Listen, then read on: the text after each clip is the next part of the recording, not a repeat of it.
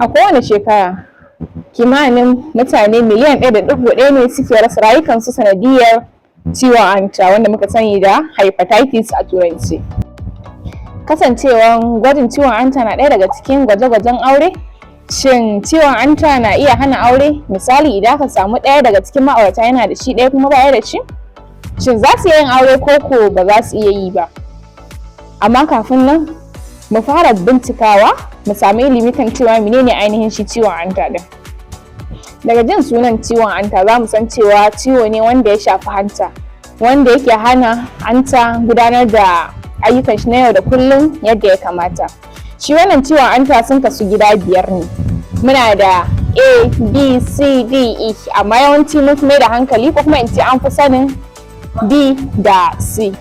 Duk da ciwon nan ya kasu kala 5, ciwukan nan yana a mataki 3 ne. Akwai wa'inda ko ba magani suna warkewa da kansu, akwai kuma wa'inda ana ɗan sha musu magani, sannan kuma akwai in ya tsananta, akwai matakin dole ma sai an canza wannan hanta ɗin. Da hepatitis A da hepatitis E suna da kamanceceniya ne, saboda su wa'innan kalan ciwon hantan ana samun su ne ta hanyar gurɓataccen ruwa ko kuma abinci.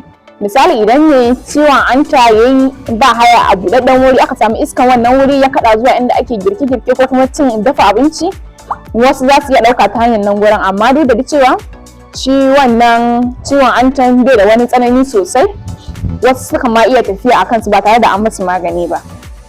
Sai kuma hepatitis B da hepatitis D suna da nasu kamanceceniya, domin mutum ma ba zai iya samun hepatitis D ba tare da yana da hepatitis B ba.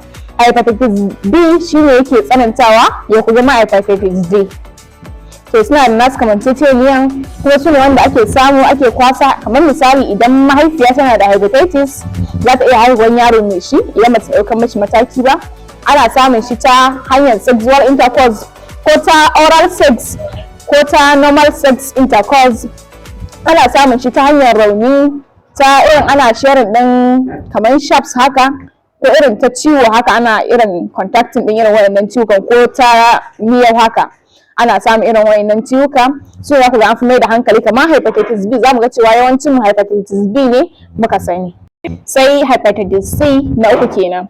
Duk da cewa wannan hepatitis ɗin yakan zama chronic haka sosai, amma wani abu da ke gare shi shine cewa akwai magani da ke da effective da idan aka sha shi cikin watanni za ku ga cewa mutum ya warke. Shi wannan hepatitis shi za ku ga cewa sai mutum ya irin alakanta da jini haka, shine ake samun shi, ko irin a sa maka jinin mai hepatitis ɗin haka, ko kuma wani open one haka, shine za ku ga an samu wannan.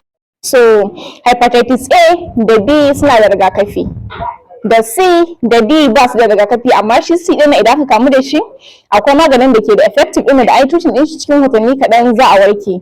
Shi kuma D ɗin nan bai da rigakafi, amma ni tunda sai da B ake kamuwa da hepatitis D, so idan muka rigakafin B tamkar mun yi rigakafin D ne. Sannan kuma shi wannan na ƙarshe hepatitis E kenan, yana da rigakafi amma kamar China ne kaɗai suke da rigakafi. So hepatitis A ko ba a rigakafi ba, idan mutum zai iya ci gaba da tsaftace muhallin shi, ba lallai mutum ya kamu da hepatitis A ba. Sannan cikin alamomin hepatitis akwai duhun fitsari, saurin kasala, gajiya. Wannan za ku ga idon mutum ya yi wannan yalo-yalo ɗin, ko kuma fatan shi ya yi yalo-yalo. Wasu ma har da ciwon ciki da gudawa. Wayannan suna daga cikin kalilan daga cikin alamomin ciwon hanta. So warkewan ciwon hanta ya danganta da wani kalan ciwon hanta ne aka kamu da shi, matakin ciwon hanta, da kuma idan an tarbi ciwon hantan da wuri. Idan kuma ba a tarba da wuri ba har ya tsanani, wani za a cigaba da managing ɗin shi ne, a ringa ɗaura mutum bisa magani kenan. Wani kuma har idan ya tsananta za a cire hanta a dasa wani, ko kuma ya zama cewa mutum ya kamu da kansa na hanta kenan. So ciwon hanta ba zai sa a fasa aure ba idan ɗaya daga cikin ma'aurata ya kasance sun je gwaji an samu ɗaya daga cikinsu yana da ciwon hanta. Sai dai akwai ƙa'idoji da za a shimfiɗa musu, da kuma yadda za su bi su magance abin. Kamar misali, mai ciwon hanta za a ɗaura shi bisa maganin ciwon hanta, sannan kuma wanda bai da ciwon hanta za a ɗaura shi kan rigakafi kenan, immunization na ciwon hanta. Sai dai akwai dokoki da wasu bayanai game da abinci, yadda za su sha maganin, da kuma yadda za su amfani yadda za su mu'amalanci tarayya auren su zuwa wasu lokuta. Misali, idan tun da ciwon hanta vaccine din shi rigakafin shi kenan, yana ɗan da ba guda ɗaya bane ba. So misali za a iya ce musu za su cigaba da amfani da kororon roba kenan, za su cigaba da amfani da shi har sai wanda ke bisa rigakafin ciwon hantan ya gama ansar rigakafin gaba ɗaya. Sannan kuma za a ba su sharuɗan da za a ɗaura su kamar nan abinci zuwa lokacin da za su gama wannan, mutum zai gama wannan ansar rigakafin kenan. Abin jin daɗi shine shi wannan ciwon hantan akwai rigakafin shi, sannan kuma akwai bayanan da yadda za ka guje ma kamuwan shi. Sannan misali iyayen da ke da ciwon hanta kamar mata kenan da suke da ciwon hanta, akwai yadda matakan da za su bi yadda za su tabbatar cewa ba su haifi yaron da ke da ciwon hanta ba, domin ma za ku ga cewa cikin rigakafin da ake ma yara akwai na ciwon hanta a ciki.